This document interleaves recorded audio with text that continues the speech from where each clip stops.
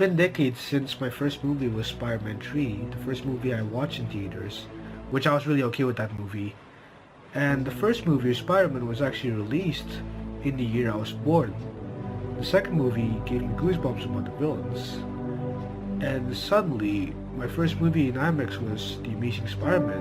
And suddenly I saw The Amazing Spider-Man 2, which, God, I don't want to talk about it, but it has my favorite actor in it. And now it's Spider-Man Homecoming. It's just 15 years of me and Spider-Man. It's just an amazing moment. Oh God, we got the wrong song really. Why did we use this song in the first place? Let's just get to the review, shall we? Like we used to do.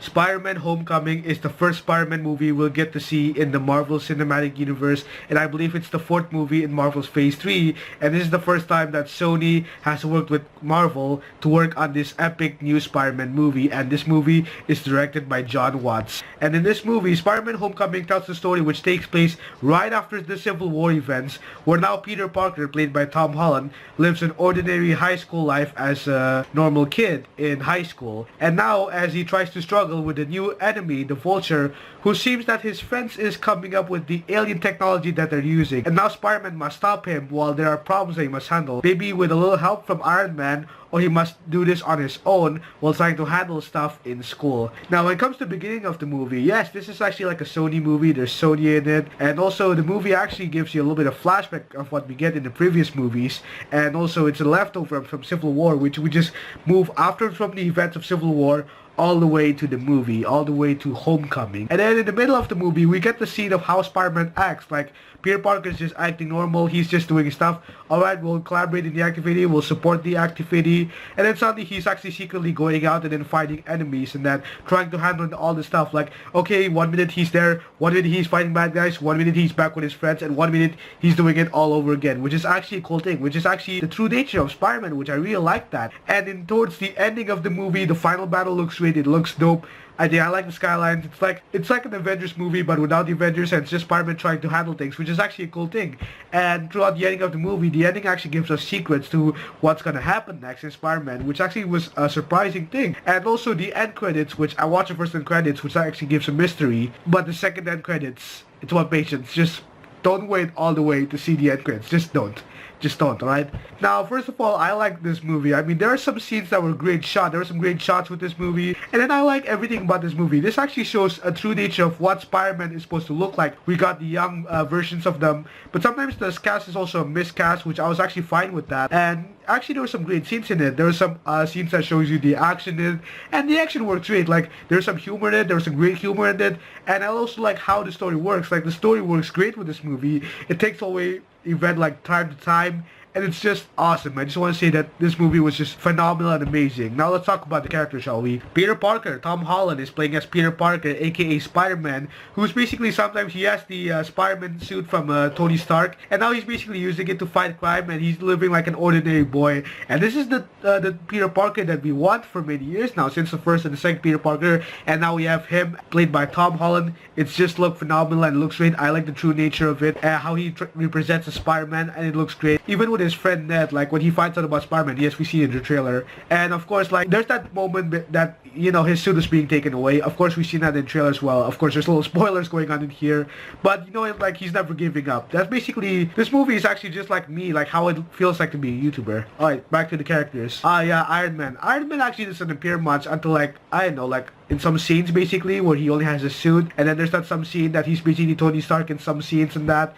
And then suddenly, yes, we get the confronting scene, and also we see him in the beginning of the movie. Aunt May, yes, Aunt May is actually hot in this movie. I mean, Aunt May is young and beautiful and that, and Aunt May, oh god, she's actually just, she's amazing. She's actually like a nice aunt. I like about her, and like this aunt is actually different with the previous Aunt May we've ever seen in the movies. But this Aunt May is like, it's more different, and she's like lovely as well.